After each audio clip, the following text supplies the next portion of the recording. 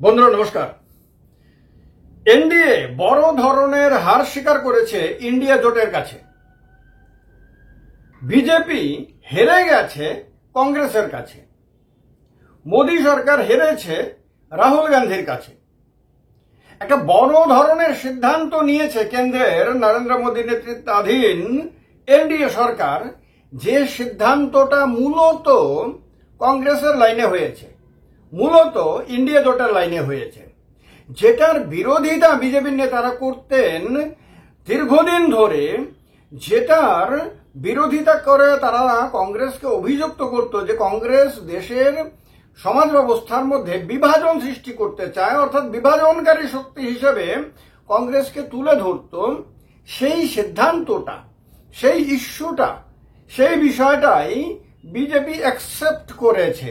তাহলে এটা বিজেপির নৈতিক পরাজয়, তাহলে এটা এনডিএর নৈতিক পরাজয়, তাহলে এটা কেন্দ্রের এনডিএ সরকারের এটা নৈতিক পরাজয়। তারা পরোক্ষে স্বীকার করে নিলেন যে তারা ভুল ছিলেন, এনডিএ ভুল ছিল, বিজেপি ভুল ছিল। তার মানে তারা স্বীকার করে নিলেন যে ইন্ডিয়া জোট সঠিক ছিল, কংগ্রেস সঠিক ছিল। এবং রাহুল গান্ধী, যিনি বারবার জাতিগত জনগণনার দাবি জানিয়ে আসছিলেন এবং তিনি জোর দিয়ে বারবার বলছিলেন বিভিন্ন জায়গায় সভায় ভাষণ দিতে গিয়ে যে তিনি বাধ্য করবেন কেন্দ্রের মোদী সরকারকে এই জাতিগত জনগণনা করাতে, তার মানে তারা সঠিক ছিলেন, এটা স্বীকার করে নিলেন ঘুরিয়ে ফিরিয়ে। যদিও মানে প্রত্যক্ষভাবে তারা এটা স্বীকার করতে পারছেন না, করা সম্ভব না, বরং তাদের হয়ে কথা বলা একদল মিডিয়া এবং তাদের নেতারা সবার সামনে এসে কি বলছেন মাস্টার স্ট্রোক। যেখানে তারা নৈতিকভাবে হেরেছেন, নীতিগতভাবে তারা হেরেছেন, সেখানে বলছেন মাস্টার স্ট্রোক। মাস্টার স্ট্রোক নিয়েছে কেন্দ্রের এনডিএ সরকার, আপনার জাতিগত জনগণনার সিদ্ধান্ত নিয়েছে, এটা বিরাট একটা বড় সিদ্ধান্ত। তাহলে বিরাট বড় সিদ্ধান্ত হলে এই কথাটাই যখন রাহুল গান্ধী বলে আসছিলেন, যখন বিরোধী দলগুলো যখন বলে আসছিল, তখন সেটাকে কেন নিন্দা করতেন, কেন সমালোচনা করতেন, কেন সেটাকে তখন গ্রহণ করলেন না, তখন কেন সেটাকে প্রশংসা করলেন না, তখন কেন সেটাকে সমর্থন করলেন না? একই সিদ্ধান্ত, একই বিষয়, দুই সময়ে দুই রকম কেন?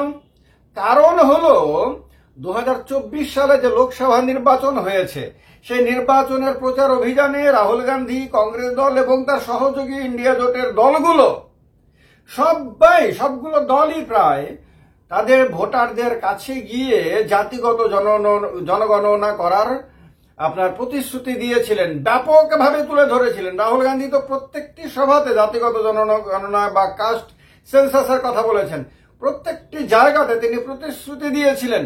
এবং দেখা গেছে যে জাতিগত জনগণনার দাবির সমালোচনা করে বিজেপি আপনার লোকসভাতে একক সংখ্যাগরিষ্ঠতা হারিয়ে ফেলেছে। দেখা গেছে বিজেপি দুর্বল হয়েছে, বিজেপির সমর্থন কমেছে, আসন সংখ্যা কমেছে।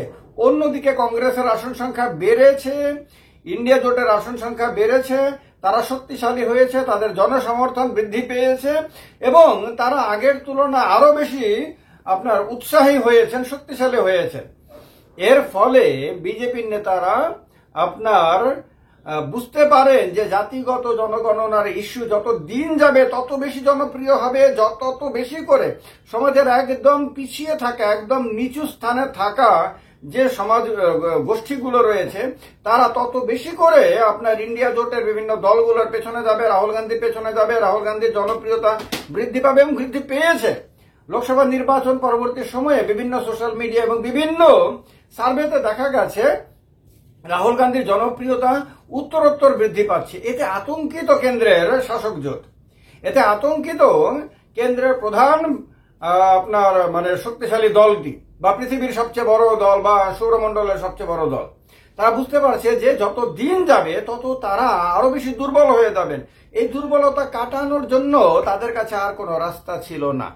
কেউ কেউ বলছেন যে জাতিগত জনগণনা আর সিদ্ধান্ত কেন্দ্রের সরকার এই কারণে নিয়েছেন যে তারা বর্তমানে যে মুদ্রাগুলো, যে ইস্যুগুলো দেশের মানুষের সামনে রয়েছে, সেগুলোর থেকে মানুষের দৃষ্টি ঘুরিয়ে দিতে চাইছেন, অর্থাৎ ইস্যুকে ঘুরিয়ে দেওয়ার জন্য সিদ্ধান্ত নিয়েছেন। কিন্তু যে কারণে হোক না কেন সিদ্ধান্ত তো নিয়েছেন।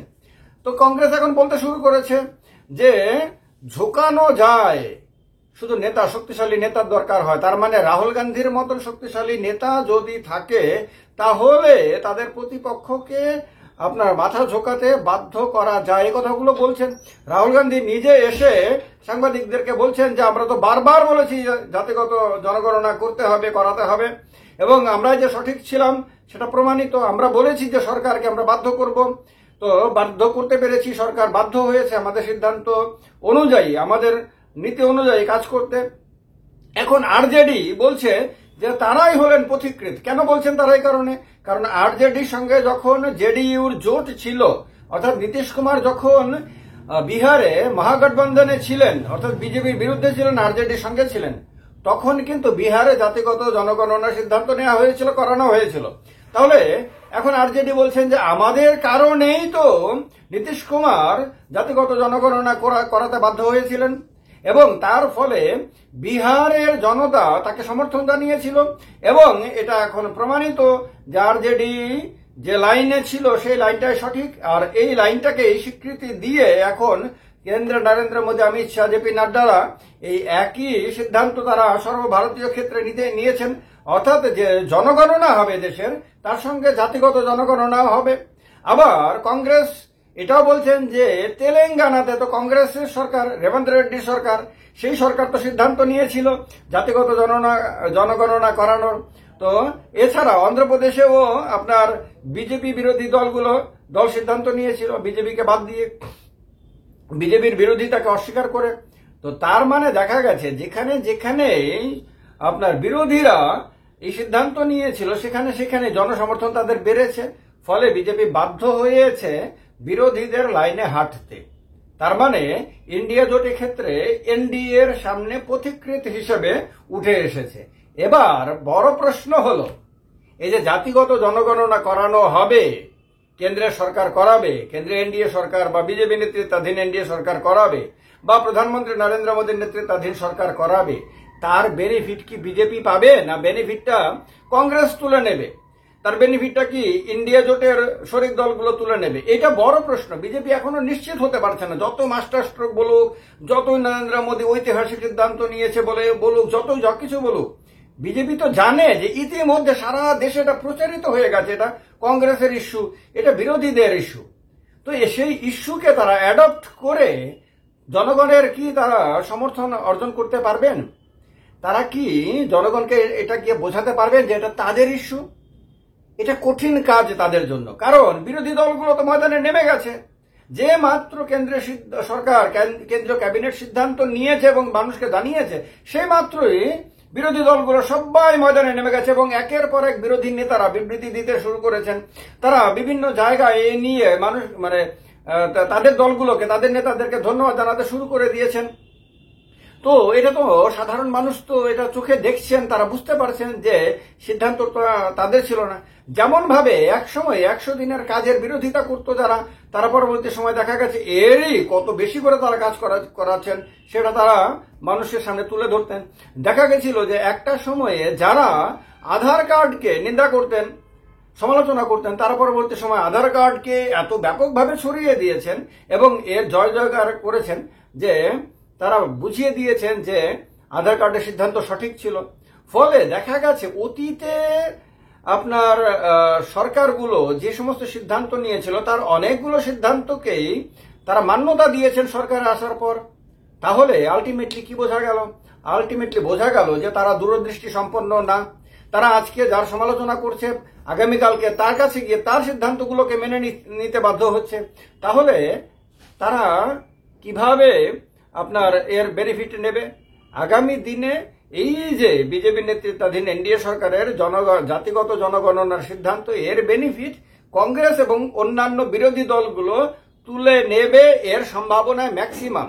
অর্থাৎ এতদিন সমালোচনা করে বিজেপি যতটুকু ক্ষতি করেছে, এবার এই সিদ্ধান্ত নিয়ে বিজেপি নিজের পায়ে নিজে কুড়োল মেরেছে, এই কথা বলা যায়। এই কারণে যে যত দিন যাবে তত বেশি বেশি করে বিরোধীদের আপনার আক্রমণের তীরটা বিজেপির দিকে যাবে। তির্যক বাক্য বানে তারা বিজেপিকে মানে জর্জরিত করবে এবং সাধারণ মানুষের মাথার মধ্যে এটা ঢোকাবে যে এটা তাদের সিদ্ধান্ত এবং তাদের কারণে সরকার বাধ্য হয়ে এই কাজটা করাচ্ছে এবং এর সুফল যে তারা পাবে এই সুফলটা বিরোধীদের কারণে পাবে। সুতরাং ধন্যবাদ দিতে হলে, ভোট দিতে হলে, সমর্থন করতে হলে বিরোধীদের করা উচিত। মানুষ কিন্তু এটাকে গ্রহণ করে নিতে পারে। ফলে অতীতের আরো অনেকগুলো ভুল সিদ্ধান্তের মতন মনে হয় কেন্দ্রের বর্তমান এনডিএ সরকার আরেকটা মাস্টার স্ট্রোক না, বড় ভুল সিদ্ধান্ত, ঐতিহাসিক ভুল সিদ্ধান্ত নিয়েছে রাজনৈতিকভাবে মনে হয়। এটা আপনাদের কি মনে হয় সেটা জানাবেন কমেন্ট বক্সে কমেন্ট করে। ভিডিওটা যদি গুরুত্বপূর্ণ বলে মনে হয় তাহলে একটা লাইক করবেন, কমেন্ট করবেন, শেয়ার করবেন, আর চ্যানেলটাকে সাবস্ক্রাইব না করে থাকলে সেটাও করে নেবেন। জয় হিন্দ, বন্দে মাতরম।